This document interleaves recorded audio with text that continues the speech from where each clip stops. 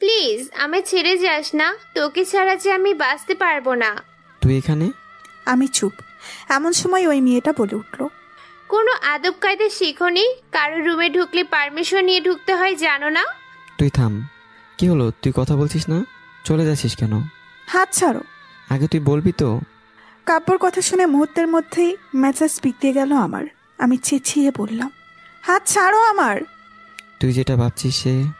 আর কিছু বলার সুযোগ দিলাম না আমি।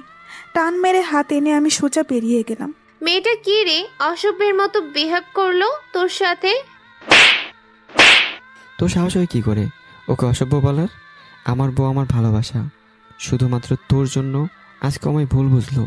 তুই আমার সামনে থেকে চলে যা, তোকে আমি আর আমার সামনে দেখতে চাই না। তুই এখান থেকে চলে যা। হ্যালো। আরে কংগ্রাচুলেশন, কি অবস্থা বল? সব ক্লিয়ার হয়ে গেল? তোর মনের বাসনা আজ তাহলে পূরণ হলো। কেমন লাগছিল বল তোর বউকে? কী সব বলছিস তুই? তুই বুঝতে পারছিস না? না। মজা করছিস তুই? আরে মজা করবো কেন? আরে তুই রেগে যাচ্ছিস কেন? মাইশা তোকে কিছু বলেনি? কি বলবে? কেন? ও তো তোকে আজ প্রপোজ করতে আসছিল, পৌঁছায়নি এখনো। অফিসে কিন্তু মাইশা তো তখন বলল। অনেক বড় ভুল হয়ে গেছে রিয়া। কি হয়েছে মাইশা এখনো? মাইশা এসেছিল লাল শাড়ি পরে, খুব সুন্দর করে সেজে গুজে। তাহলে এটা তুই কি করলি? মাইশা অনেক আশা নিয়ে গিয়েছিল তোর কাছে, আর তুই এত কাছে এসেও আবার সেই দূরে ফিরিয়ে দিলি। বিশেষ করে আমি ইচ্ছে করে কিছু করিনি, আমি তো শুধু। সে যাই হোক, এখন মাইশাকে গিয়ে আগে সব বল।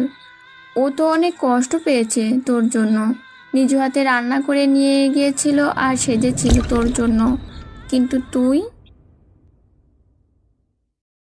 কবুল বলার আগের মুহূর্তে আপু চেঁচিয়ে ভরা বাড়ির লোকের সামনে কাব্য ভাইয়াকে বলে উঠল, আমি এই বিয়ে করতে পারবো না। আপুর কথা শুনে আমি সহ আমাদের পরিবারের সবাই অবাক চোখে তাকালাম আপুর দিকে। এসব কি বলছে আপু? আপুর কথা শুনে আব্বু গিয়ে আপুর সামনে দাঁড়িয়ে বলল, এসব কি বলছিস তুই রিয়া? আপু আব্বুর সামনে মাথা নিচু করে বলে উঠল, আব্বু, এই বিয়ে করে আমি আমার ছোট বোনের মরা মুখ দেখতে পারবো না। আপুর কথা শুনে আমার চোখ বড় বড় হয়ে গেল। মুহূর্তে আমার মুখ থেকে বেরিয়ে আসলো, এসব কি বলছে আপু? কাব্য ভাইয়াকে বিয়ে করলে আমার মরা মুখ দেখবে মানে? আপুর কথা শুনে আব্বু বলে উঠল, মানে কি বলতে চাইস তুই? আমি বলছি মাইশা কাব্যকে ভালোবাসে, ওকে না পেলে ও মরে যাবে। আপুর কথা শুনে আমি চরম প্রকার শকড খেলাম। চোখ বড় বড় করে তাকিয়ে রইলাম আপুর দিকে। এত বড় মিথ্যা কথাটা কি করে বললো আপু? তাও আবার এমন সময়, বিয়ে আসরে। এই মুহূর্তে ভয়ে হাত পা ঠান্ডা হয়ে যাচ্ছে আমার। এইদিকে আব্বু রিয়াকে বলছে, তুই এসব কি বলছিস? আমি ঠিক বলছি আব্বু, আর আমি এই বিয়ে করে আমার ছোট বোনটার জীবন নষ্ট করতে পারবো না। আমি এই বিয়ে করব না। আব্বু আপুর কথা শুনে ক্ষিপ্ত মেজাজ নিয়ে আমার সামনে এসে দাঁড়িয়ে বলল, রিয়া যা বলছে তা কি সত্যি মাইশা? আব্বুর কথা শুনে পুরা শরীর কাঁপছে আমার। আমার লাইফে দুজন মানুষকে আমি খুব ভয় পাই, আর তাদের মধ্যে একজন হলো কাব্য ভাইয়া আর এই আব্বু। আর আজ কিনা এই ভাইয়াকে নিয়ে এত বড় মিথ্যা কথা বললো। আপু কেন করলো এমন? আপু এসব ভাবতে ভাবতেই আব্বু চেঁচিয়ে বলল, কি হলো, কথা বলছো না কেন? আব্বু চেঁচানোতে আমি পুরা কেঁপে উঠলাম। আমি কাপা কাপা চোখ নিয়ে আপুর দিকে তাকালাম। আপুর দিকে তাকাতেই আপু চোখের ইশারায় বলল হ্যাঁ বলতে। আমিও আব্বুর কথা মতো মাথা নাড়ালাম। আমি মাথা নাড়াতেই আব্বু ঠাস করে আমার গালে থাপ্পড় দিয়ে দিল। আমি গালে হাত দিয়ে ছলছল চোখে তাকালাম আব্বুর দিকে। আব্বু আমার আরেক গালে থাপ্পড় দিতে যাবে এমন সময় মামা এসে ধরল আব্বুর হাত। আর মামা হলো কাব্য ভাইয়ার আব্বু। কাব্য ভাইয়া হলো আমার মামাতো ভাই। মামা আব্বুর সামনে এসে বলল, এইসব কি করছিস তুই? তার চেয়ে বরং রুমে গিয়ে ভালোভাবে কথা বলে সব ঠিকঠাক করে দেই। আব্বু মামার কথা শুনে মেজাজ গরম হন হন করে রুমের ভেতরে চলে গেল। আর মামা আমার কাছে এসে বলল, চিন্তা করিস না, সব ঠিক হয়ে যাবে। এই বলে মামা আমার হাত ধরে নিয়ে গেল, সাথে কাব্য ভাইয়া আর আপুও। রুমের ভেতর মাথা নিচু করে দাঁড়িয়ে আছে আমি, সাথে আছে কাব্য ভাইয়া, মামা, মামি, আপু, আম্মু আর আব্বু। এই মুহূর্তে শুধু মাথার ভেতর একটা প্রশ্নই ঘুরছে, আপু কেন করলো এমন? আর আপু এগুলো করার জন্যই তখন আমায় সরি বলেছিল। আপু নিয়ে যাওয়ার জন্য আমি রুমে আসতেই আপু বলেছিল, মাইশা একটু পর যা হবে তার জন্য সরি বনু। তখন আপুর কথাটা বলার কোনো কারণ বুঝতে পারিনি আমি, কিন্তু এখন সব বুঝতে পেরেছি আমি। এদিকে মামা আব্বুর হাত ধরে বলল, দেখ, যা হওয়ার হয়ে গেছে। মাইশা যদি কাব্যুর সাথে থাকতে চায় তাহলে আমরা কেন মানতে পারবো না? আর ভালোবাসা অন্যায় নয়, তাই আজকে কাব্যুর সাথে মাইশার বিয়ে হবে। মামুর কথা শুনে বুকের ভেতর ধক করে উঠল আমার। কাব্য ভাইয়াকে বিয়ে করতে হবে ভাবতেই ভয় লাগছে আমার, কিন্তু এখন কি বলবো আমি বলে দেবো আপু মিথ্যা কথা বলছে? এই ভেবে আপুকে কিছু বলতে যাবো, এমন সময় আপু আমার সামনে এসে বলল, তুই যদি এখন কাউকে কিছু বলিস তাহলে আমার মরা মুখ দেখবি। আপুর কথা শুনে বড় বড় চোখ নিয়ে তাকালাম আমি। আপুকে আমি খুব ভালোবাসি, তাই বলে আপু যাকে আমি ভয় পাই তার সাথে সারা জীবন কিভাবে থাকবো? আর কাব্য ভাইয়াও বা কেন মেনে নিবে আমায়? সে তো আপুকে ভালোবাসে। এমন সময় মামু কাব্য ভাইয়াকে বলল, তোর কোনো আপত্তি আছে মাইশাকে বিয়ে করতে? মামুর এই প্রশ্নের উত্তরে ভাইয়া নিশ্চয়ই না বলবে, কিন্তু আমায় অবাক করে দিয়ে হ্যাঁ বলল। আমি চরম প্রকার শকড। কি বলল ভাইয়া? আমার বিয়ে করতে তার কোনো আপত্তি নেই? ভাইয়ার কথা যেন আমার কানে এখনো বাজছে। মামু সবাইকে খুব সুন্দর করে বুঝিয়ে দিল, যার ফলে সবাই মেনে নিল আমায়। আর ভাইয়ার সাথে আমার বিয়ে দিতে কোনো আপত্তি নেই। কে কি বলছে সব যেন আমার মাথার উপর দিয়ে যাচ্ছে। আমি পাথরের মতো শুধু সব শুনে যাচ্ছি। কোণের বেশে সাজানো হলো আমায়। চোখের পানি যথাসম্ভব আটকে রাখার চেষ্টা চালিয়ে যাচ্ছি আমি। কি হওয়ার কথা ছিল আর কি হচ্ছে? অবশেষে কাজী আমায় কবুল বলতে বলল। আমি এখনো চুপ করে আছি। কি হচ্ছে না হচ্ছে বুঝতেই পারছি না। আমি যেন ভেতর থেকে পাথর হয়ে গেছি। কাজী কয়েকবার কবুল বলার পর অবশেষে কবুল বলে দিলাম আমি। সাথে সাথেই সবাই আলহামদুলিল্লাহ বলে ফেলল। এদিকে আপু ভেতরে ভেতরে প্রচুর পরিমাণ খুশি হয়েছে, আবার মাইশার সাথে এমনটা করার জন্য অনুতপ্ত হচ্ছে। এমন সময় রিয়ার মাথায় হাত দিল আব্বু, তারপর বলে উঠল, এখন তোর কি হবে রিয়া? কিছু হবে না আব্বু, আমার বোনের সুখের জন্য আমি সব করতে পারি। এমন সময় একজন মহিলা এসে আব্বুকে বলল, আপনি কিছু মনে না করলে আমি একটা কথা বলবো? বলুন। আপনার এই বড় মেয়েকে আমার খুব পছন্দ হয়েছে। আপনি চাইলে এখনই আমার ছেলে রাসেলের জন্য আপনার এই মেয়েকে আমি বউ বানিয়ে নিয়ে যেতে চাই। আব্বু কিছুক্ষণ নিশ্চুপ থেকে আপুর দিকে তাকালো, তারপর বলে উঠল, তুমি কি বলো? আব্বু তুমি যা চাইবে তাই হবে। আব্বু আপুর কথা শুনে রাজি হয়ে গেল। তারপর ওই মহিলা তার ছেলের সামনে আনলো আব্বুর। আপু ছেলেটিকে দেখে মুস্কি হাসলো। তারপর ওই কাজের কাছে গিয়েই আপু বলল আপুর বিয়ের কথা। সবাই সব শুনে প্রায় খুশি। তারপর আপুকে আর ওই ছেলেকে বিয়ের আসরে বসানো হলো। তারপর কাজী তাদের বিয়েও পড়াতো শুরু করলো। কিছুক্ষণের মধ্যেই কবুলের মাধ্যমে বিয়ে পড়ানো হয়ে গেল। এত কিছু হয়ে গেল, তারপরেও আমি পাথরের মতো বসেছিলাম, যেন কোনো কিছুই কানে পৌঁছাচ্ছিল না। একজনের বিয়ে দিতে এসে দুইজনের বিয়ে হয়ে যাবে তা আমি ভাবতেও পারিনি। অবশেষে দুই বোনের একসাথেই বিদায় হলো। আমি এতটাই শকড ছিলাম যে আমার চোখ দিয়ে শব্দহীন পানি পড়তেছিল। গাড়িতে উঠতেই বুকের ভেতর কেমন যেন করে উঠল। আমি উঠে পড়লাম। কারোর উপর হয়তো কাব্য ভাইয়ার। আর কিছু মনে নেই, সব অন্ধকার হয়ে গেল। আমি অজ্ঞান হয়ে গেলাম। জ্ঞান ফিরতেই নিজেকে সাজানো ফুলের বিছানায় দেখতে পেলাম। মুহূর্তেই সবকিছু মনে পড়তেই আমি চেঁচিয়ে কেঁদে দিলাম। এক পর্যায়ে কাঁদতে কাঁদতে ঘুমিয়ে পড়লাম আমি। রাত 2টা। কাব্য রুমে ঢুকেই টেবিলের উপরে থাকা কাচের গ্লাসটা চেপে ধরে ভেঙে ফেললো। অচমকা কোনো কিছু ভাঙার আওয়াজ শুনে ঘুম ভেঙে গেল আমার। তারপর উঠে যা দেখলাম তা দেখে ভয়ে কলিজা কেঁপে উঠল আমার। টপ টপ করে রক্ত পড়ছে কাব্য ভাইয়ার হাত থেকে। আমি তা দেখে রীতিমতো ঘাবড়ে গেলাম। তারপর ভাইয়ার হাতের রক্ত দেখে কেন জানি না খুব কষ্ট হলো। তারপর ভারী লেহেঙ্গা ধরে বিছানা থেকে উঠে দৌড়ে ভাইয়ার সামনে দাঁড়িয়ে বললাম, এসব কি করছো তুমি ভাইয়া? ভাইয়া কিছু বলল না, শুধু অগ্নি দৃষ্টি নিয়ে তাকালো আমার দিকে। আমি রীতিমতো ভাইয়ার চোখ দেখে ভয়ে আধমরা হয়ে যাচ্ছি। তারপরে ওই মুহূর্তে ভয়টাকে উপেক্ষা করে ড্রয়ার থেকে স্যাভলন আর ব্যান্ডেজ বের করে ভাইয়ার সামনে দাঁড়িয়ে বললাম, ভাইয়া তোমার হাত ব্যান্ডেজ করে দেই, রক্ত পড়ছে। ভাইয়া চেঁচিয়ে বলল, তোকে এত দরদ দেখাতে হবে না আমার উপর, তুই গিয়ে ঘুমিয়ে পড়। ভাইয়ার কথা শুনে কিছুক্ষণ চুপ থেকে বলে উঠলাম। ভাইয়া আমার কথা শুনে কিছু বলল না। ভাইয়ার চুপ থাকাটা দেখে আমি এক বুক সাহস নিয়ে ভাইয়াকে ধরে বিছানায় বসিয়ে দিলাম। তারপর আস্তে আস্তে করে হাতটা পরিষ্কার করে ব্যান্ডেজ করে দিতে লাগলাম। এদিকে কাব্য ভিতরে ভিতরে খুব খুশি হয়েছে মাইশার কাজে, কারণ মাইশা তার জন্য ভাবে। এই প্রথমবার মাইশা সাহস করে নিজ ইচ্ছে তার হাত ধরেছে। আর কাব্যের রেগে যাওয়ার কারণটা হলো বিয়ের অনুষ্ঠানে মাইশা একটা ছেলের সাথে হেসে হেসে কথা বলেছিল। তখন থেকেই কাব্য প্রচণ্ড রেগেছিল মাইশার উপর। আর রুমে ঢুকে মাইশাকে ঘুমিয়ে থাকতে দেখে আরও রেগে যায় কাব্য। আচমকা কাব্য আহ করে শব্দ করে উঠে, সাথে সাথে মাইশা কাব্যর হাতে ফু দিতে থাকে। তুমি বিছানায় শুয়ে পড়ো ভাইয়া। আমার কথা শুনে ভাইয়া বলে উঠল, আর তুই? আমি ওই সোফাটাই ঘুমিয়ে পড়ছি, তুমি ঘুমাও। সোফায় ঘুমাতে হবে না, বিছানায় ঘুমাবি তুই। কিন্তু তুমি। কোনো কিন্তু নেই, তাড়াতাড়ি কি ঘুমিয়ে পড়।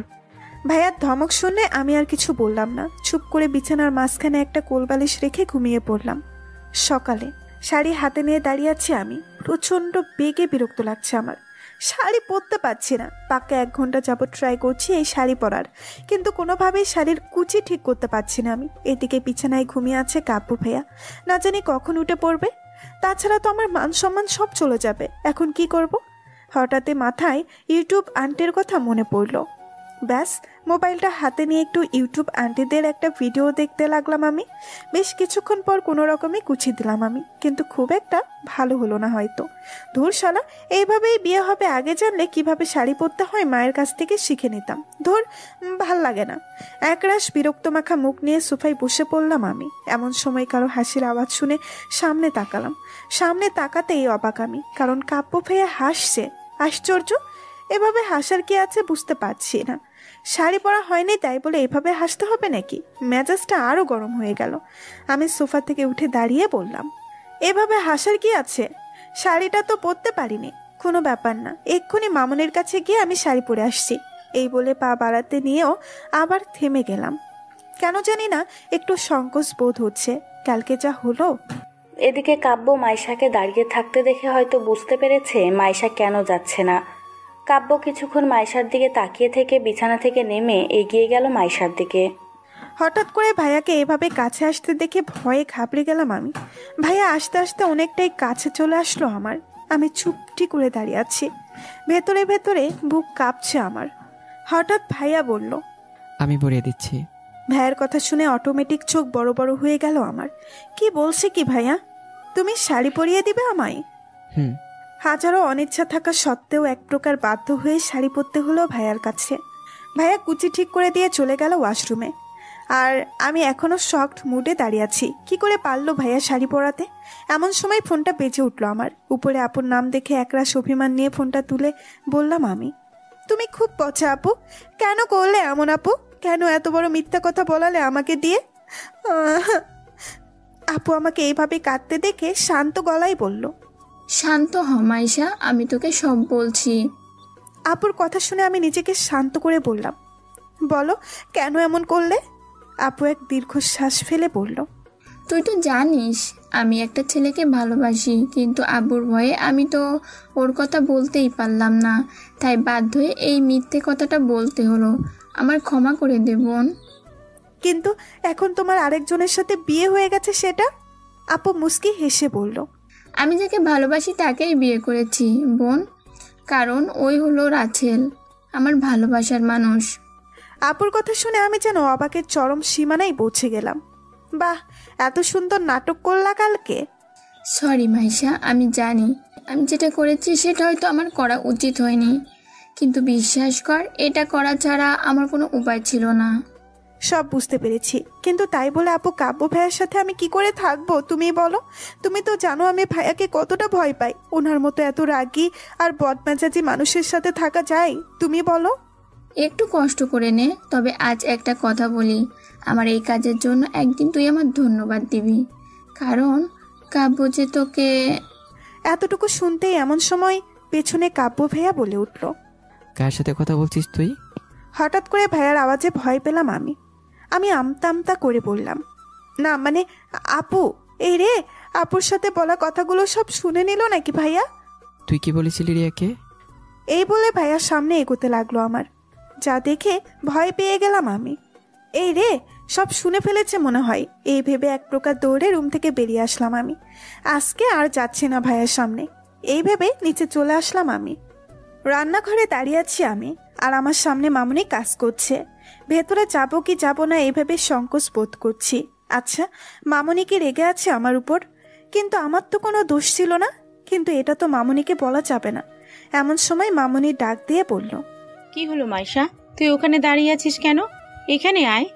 মামুনির কথা শুনে মনে মনে খুব খুশি হলাম আমি। তারপর মুস্কি হেসে বললাম, না আসলে মামুনি। থাক, আর বলতে হবে না। কালকে জন্য সংকোচ বোধ করছিস, এই তো? মামুনির কথা শুনে আমি মাথা নিচু করে দাঁড়িয়ে রইলাম।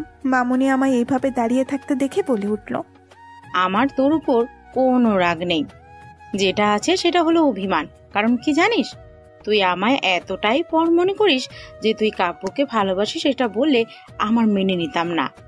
আমি নিজেই জানতাম না, তোমায় কি করে বলতাম বলো তো? কি বললি? না কিছু না, আসলে মামুনি কি বলো তো, তুমি তো জানো আপু আর কাব্য ভাইয়ার বিয়েটা সেই ছোটবেলা থেকে তোমরা ঠিক করে রেখেছিলে, তাই আর কি। তাই সব মুখ বুঝে সহ্য করে নিলি? আর যাই হোক, তুই অন্তত কাব্যকে তো বলতে পারতি। আরে ধর, কি বলতাম আমি? কাব্য ভাইয়া আমায় ভালোবাসে না।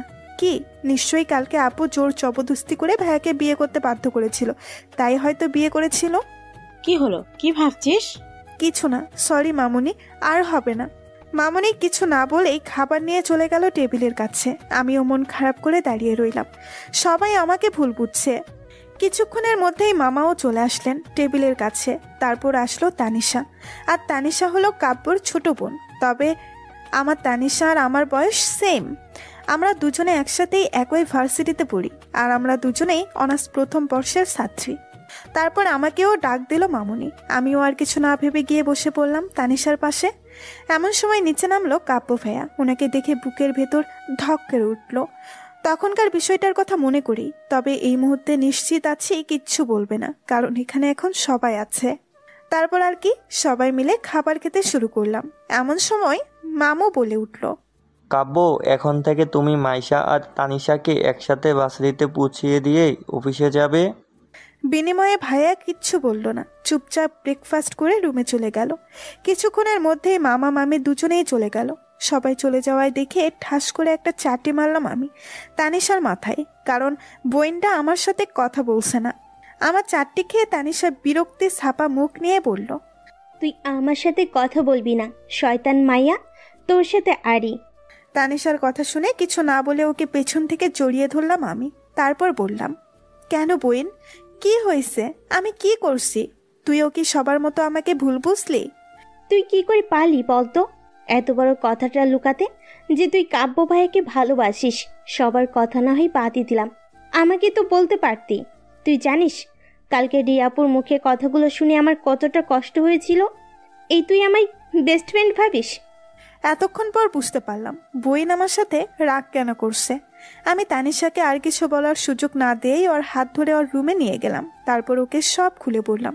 সব শুনে ও অবাক হা হয়ে তাকিয়ে আছে আমার দিকে। আর এভাবে তাকিয়ে থাকা দেখে আমি বলে উঠলাম, তো দেখ, যেখানে আমি নিজেই জানতাম না সেখানে তোকে কি করে বলতাম বলতো? ও এই ব্যাপার, কিন্তু আমি ভাবছি ভাইয়ের কথা কি করে মেনে নিল তোকে? কি করে আবার? আপু নিশ্চয়ই বাধ্য করেছিল ভাইয়াকে। আমার কথা শুনে হাসলো তানিশা। এই কথা মাঝখানে ওর এইভাবে উচ্চস্বরে হাসার কারণটা না বুঝতে পেরে বললাম আমি, আশ্চর্য, এখানে আমি হাসার মতো কি বলছি যে তুই এভাবে হাসছিস? কিন্তু তানিশা তার হাসি থামাতে পারছে না। আশ্চর্য, এভাবে হাসার কি আছে? কিছুক্ষণের মধ্যেই তানিশা তার হাসি থামিয়ে দিয়ে বলল, তুই এখনো কাব্য ভাইয়াকে ভাইয়া ডাকছিস? ও এই ব্যাপার? আরে এতদিনের অভ্যাস কি আর একদিনেই যাবে বল? তাই তো ভাইয়া ভাইয়া আসছে।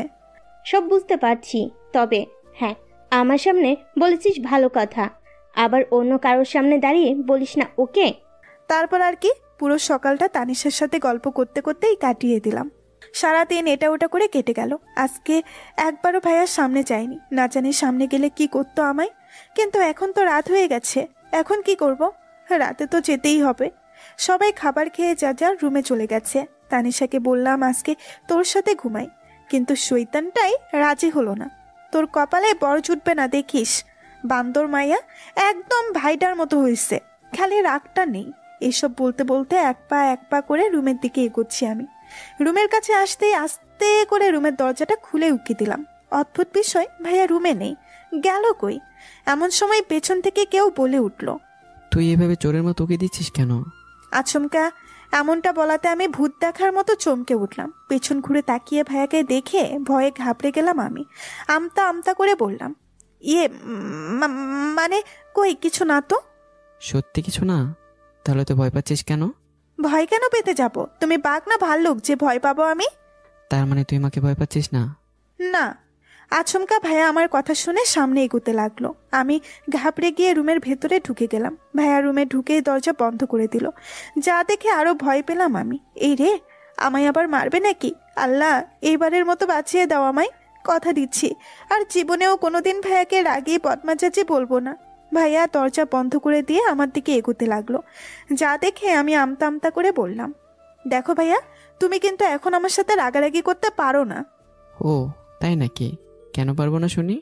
দেখো ভাইয়া, তুমি এইভাবে এগোলে আমি কিন্তু চিৎকার দিব। দে না। কে বারণ করেছে? আমি কিন্তু সত্যি সত্যিই দিব। দে। এক পর্যায়ে আমি দেওয়ালের সাথে লেগে গেলাম, কিন্তু ভাইয়া থামার কোনো নামই দেখছি না। তাই বললাম, আচ্ছা যাও, সরি ভাইয়া, আর হবে না, আমি আর কোনো দিন কিচ্ছু বলবো না। তা কি যেন বলছিস রিয়াকে? আমি কেমন? কি বলেছি? কিচ্ছু বলিনি, শুধু বলেছি তুমি খুব ভালো। একদম মিথ্যা বলবি না।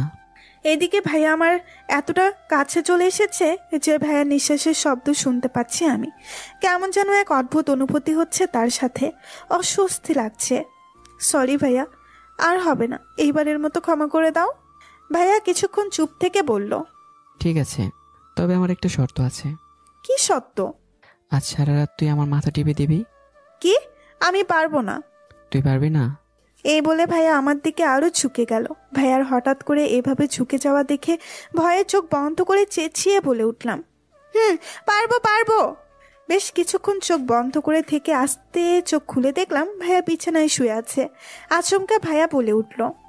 এদিকে মাইশার মুখের দিকে তাকিয়ে মুচকি হেসে কাব্য বলল, এই তো গুড গার্ল। তারপর কাব্য আস্তে করে সরে আসলো মাইশার কাছ থেকে। তারপর গিয়ে বিছানায় শুয়ে পড়ল। কি হলো? আর কতক্ষণ লাগবে? এই তো আসছি। তারপর আর কি, অনিচ্ছা থাকা সত্ত্বেও গিয়ে ভাইয়ার মাথা টিপতে লাগলাম আর মনে মনে হাজারটা গালি দিতে লাগলাম, শালা, তোর কোনোদিন ভালো হবে না, একটা হনুমান গরু ছাগল মহিষ। এদিকে কাব্য বুঝতে পারছে মাইশা মনে মনে তাকে গালি দিচ্ছে, তারপরও কিছু বলল না, মনে মনে হাসছে সে। বেশ কিছুক্ষণ মাথা টিপে দেওয়ায় এখন হাত ব্যথা করছে আমার, কিন্তু এই হনুমানটা তা দেখতে পাচ্ছে না। তার মতো সে আরামে ঘুমিয়ে আছে। এইভাবে করতে করতে কখন যে ঘুমিয়ে গেলাম বুঝতেই পারিনি। এদিকে কাব্য চোখ খুলে মাইশা ঘুমিয়ে পড়তে দেখে আস্তে করে ওকে শুইয়ে দিয়ে ওকে জড়িয়ে ধরে ঘুমিয়ে পড়ল। সকালে ঘুম ভাঙতেই দেখলাম আমি কাব্য ভাইয়াকে জড়িয়ে ধরে ঘুমিয়ে আছি, যা দেখে রীতিমতো ঘাবড়ে গেলাম আমি। হায় আল্লাহ, এখন যদি ভাইয়া আমার এইভাবে দেখে ফেলে তাহলে নিশ্চয়ই বকাঝকা করবে। এই ভেবে তাড়াতাড়ি করে ভাইয়াকে ছাড়িয়ে ঘুম থেকে উঠে পড়লাম আমি। তারপর ফ্রেশ হয়ে নিচে চলে আসলাম। একে একে সবাই চলে আসলো, সবাই নিচে। কাব্য ঘুম থেকে উঠে ফ্রেশ হয়ে আসলো নিচে। তারপর মামুনি সবাইকে খাবার বেড়ে দিল। খাবার খেতে খেতে মামা বলে উঠলেন, কাব্য, আজকে তুমি মাইশাকে নিয়ে ওদের বাসায় যাবে? না গেলে চলবে না? না, তোমাকে যেতেই হবে। কাব্য ভাইয়া আর কিছু বলল না। মনে মনে খুব খুশি হলাম আমি। তারপর ব্রেকফাস্ট করে রুমে চলে আসলাম। রুমে আসতেই দেখলাম কাব্য ভাইয়া বিছানায় বসে মোবাইল টিপছে। আমি কিছু বললাম না, চুপচাপ দাঁড়িয়ে রইলাম। এমন সময় কাব্য ভাইয়া বলে উঠল, তাড়াতাড়ি তৈরি হয়ে নে, আমার কিছু কাজ আছে, সেগুলো শেষ করে এসে তোকে নিয়ে যাব। ফিরে এসে যদি দেখি তুই তৈরি হসনি, তাহলে কিন্তু তোকে এখানে রেখে আমি চলে যাব। এই বলে ভাইয়া বিছানা থেকে উঠে চলে গেল বাহিরে। আমিও আর কিছু না ভেবে আলমারি থেকে একটা সুন্দর শাড়ি বের করে শাড়িটা হাতে নিয়ে চলে গেলাম মামুনির কাছে। মামুনির রুমে ঢুকতেই দেখলাম মামুনি বিছানায় শুয়ে আছে। অসময়ে মামুনিকে এইভাবে শুয়ে থাকতে দেখে চিন্তিত স্বরে বললাম, কি হলো মামুনি, তুমি এই সময় শুয়ে আছো? শরীর খারাপ করছে নাকি? আরে না, এমনি ভালো লাগছিল না তাই শুয়েছিলাম। এখন বল, তুই এখানে? মামুনির সামনে আমার হাতে থাকা শাড়িটা দেখিয়ে বললাম, আমাকে শাড়ি পরিয়ে দাও, আমি পারছি না।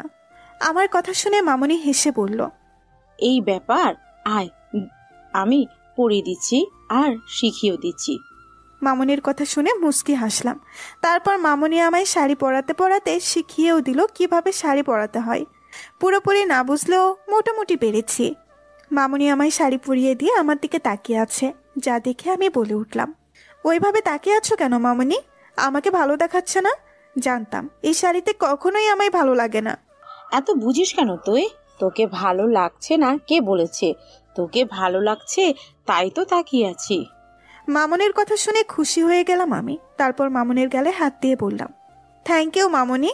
মামনের রুম থেকে বের হতেই তানিশার সাথে দেখা হলো। ও আমায় দেখে হা হয়ে তাকিয়ে রইল। তানিশা দৌড়ে এসে আমায় জড়িয়ে ধরে বলল, ওরে ভাবি, তোকে তো সেই দেখাচ্ছে। আমিও একটু ভাব নিয়ে বললাম, থ্যাংক ইউ। তারপর ও চলে গেল ওর রুমে, আর আমি সিঁড়ি বেয়ে উপরে উঠতে লাগলাম। রুমে ঢুকতেই দেখলাম ভাইয়া অলরেডি চলে এসেছে। হা হয়ে তাকিয়ে রইলাম ভাইয়ার দিকে। আজকে ভাইয়া একটা ব্ল্যাক জিন্স আর ব্ল্যাক শার্ট পরেছে, ব্ল্যাক ঘড়ি, চুলগুলো সাজানো অসম্ভব সুন্দর লাগছে ভাইয়াকে। সত্যি কথা বলতে ভাইয়াকে খুব ভালো লাগে, কিন্তু যেদিন থেকে জেনেছিলাম ভাইয়ার সাথে আপুর বিয়ে ঠিক হয়েছে সেদিন থেকে আর ভাইয়ার দিকে অতটা তাকাইনি। কিন্তু কে জানতো এই ভাইয়ার সাথেই আমার বিয়ে হয়ে যাবে। আমার এসব ভাবনার মাঝেই ভাইয়া বলে উঠল, কি হলো, হা হয়ে তাকিয়েছিস কেন? ভাইয়ার কথা শুনে ভাবাচাকে খেয়ে গেলাম আমি। তারপর বলে উঠলাম, আমায় কেমন দেখাচ্ছে ভাইয়া? একটা মুচকি হাসি দিয়ে ভাইয়ার দিকে বললাম। ভাইয়া কিছুক্ষণ আমার দিকে তাকিয়ে বলল, একদম পেতনিদের মতো লাগছে। এত সেজেছিস কেন? এমনিতেই ভূতের মতো লাগে, তারপর আবার এত মেকআপ, একদম পেতনির মতো লাগছে। মুহূর্তের মধ্যেই মেজাজ তুড়কে গেল। কোথায় ভাবলাম ভাইয়া প্রশংসা করবে, তা না এটা কি বললো। ধুর, এই জন্যই বলি মাইশা, যে প্রশংসা পেতে গেলে যা হয় আর কি, বোকা মেয়ে কোথাকার। আর একদম ঠিক হইছে, এইসব বলে মনে মনে নিজেকে গালি দিতে লাগলাম আমি। এমন সময় ভাইয়া বলে উঠল, কি হলো, এখানে দাঁড়িয়ে থাকবি নাকি যাবি? জামু চলেন। তারপর আমরা দুজনেই রুম থেকে বেরিয়ে আসলাম। নিচে নেমে মামুনি মামাকে বিদায় জানিয়ে আমরা চলে আসলাম বাহিরে। তারপর আমরা গিয়ে বসে পড়লাম গাড়িতে। তারপর ভাইয়া গাড়ি চালাতে শুরু করলো। আমিও জানালা খুলে বাইরে তাকিয়ে রইলাম। না জানি বাড়িতে গেলে আম্মু আব্বু কি বলবে। নিশ্চয়ই আমায় খুব খারাপ বলবে। হঠাৎই মন খারাপ হয়ে গেল আমার। বেশ কিছুক্ষণ পর কাব্য ভাইয়া গাড়ি থামিয়ে দিল। তারপর দুজনেই গাড়ি থেকে নেমে গেলাম। ভেতরে যেতে কেমন জানি লাগছে। তারপর কাব্য ভাইয়ার পেছন পেছন চলে আসলাম আমি। স্নিগ্ধতার বিকেলবেলা জানালা ভেদ করে সূর্যের হালকা তাপ এসে পড়ছে কাব্য ভাইয়ার মুখে। কি অপূর্ব লাগছে না তাকে। ঘুমের ঘুরে ভাইয়াকে এতটা সুন্দর লাগে আগে জানা ছিল না আমার। বাড়ি এসে দুপুরের খাবার শেষ করে ভাইয়া আমার রুমে এসে ঘুমিয়ে পড়ল। সারাদিন এটা ওটা করার ফলে খুব একটা আশা হয়নি ভাইয়ার কাছে। আপুর সাথেও কথা বলেনি কাব্য ভাইয়া, হয়তো অভিমান করেছে। আমি কথা বলেছিলাম একটু একটু। খারাপ লাগার বিষয়টা যেটা হলো, আব্বু আমার সাথে কথা বলেনি, যেটা আমাকে সত্যি খুব কষ্ট দিচ্ছে। রাসেল ভাইয়ার সাথেও কথা বলেছি, খুবই ভালো ব্যবহার তার, দেখতেও সুন্দর। বিয়েতে তো তার দিকে তাকানোই হয়নি। অবশ্য তখন তেমন কোনো পরিস্থিতিই ছিল না।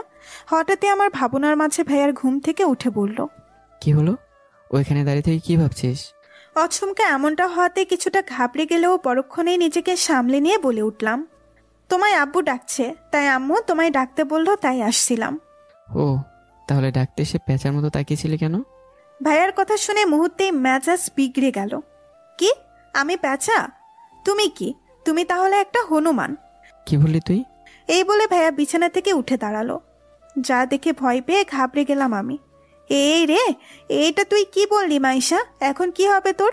তোকে কে বাঁচাবে এখন শয়তান এই হনুমানের কাছ থেকে?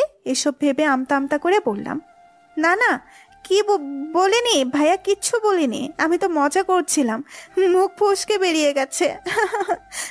হো, মজা করছিলি? দিনে দিনে দেখছি তোর সাহস বেড়ে গেছে।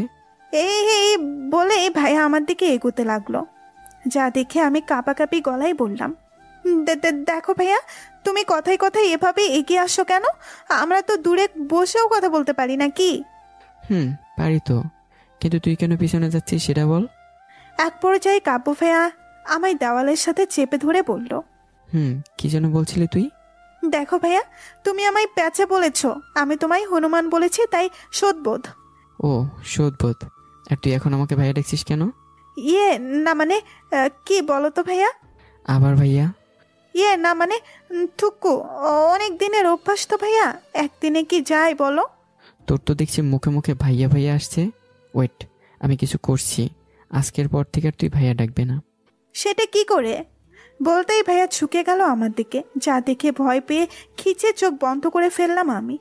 আচমকা কাব্য ভাইয়া আমার ঘাড়ে তার ঠোঁট স্পর্শ করলো, সাথে সাথে বরফের মতো শক্ত হয়ে গেলাম আমি। ভাইয়ার ঠোঁটের স্পর্শে আমি পুরো কেঁপে উঠলাম। হঠাৎই ভাইয়া আমার ঘাড়ে চড়ে কামড় বসিয়ে দিল। মুহূর্তেই ঘাড়ে ব্যথা অনুভব করলাম আমি। কিছুক্ষণ পরে ভাইয়া আমায় ছেড়ে দিয়ে বলল, এটা হলো তোর শাস্তি। আজ থেকে যতবার ভাইয়া ডাকবি ততবার তোর এই শাস্তি পেতে হবে। এই বলে ভাইয়া ওয়াশরুমে চলে গেল। আর আমি এখনো হাফ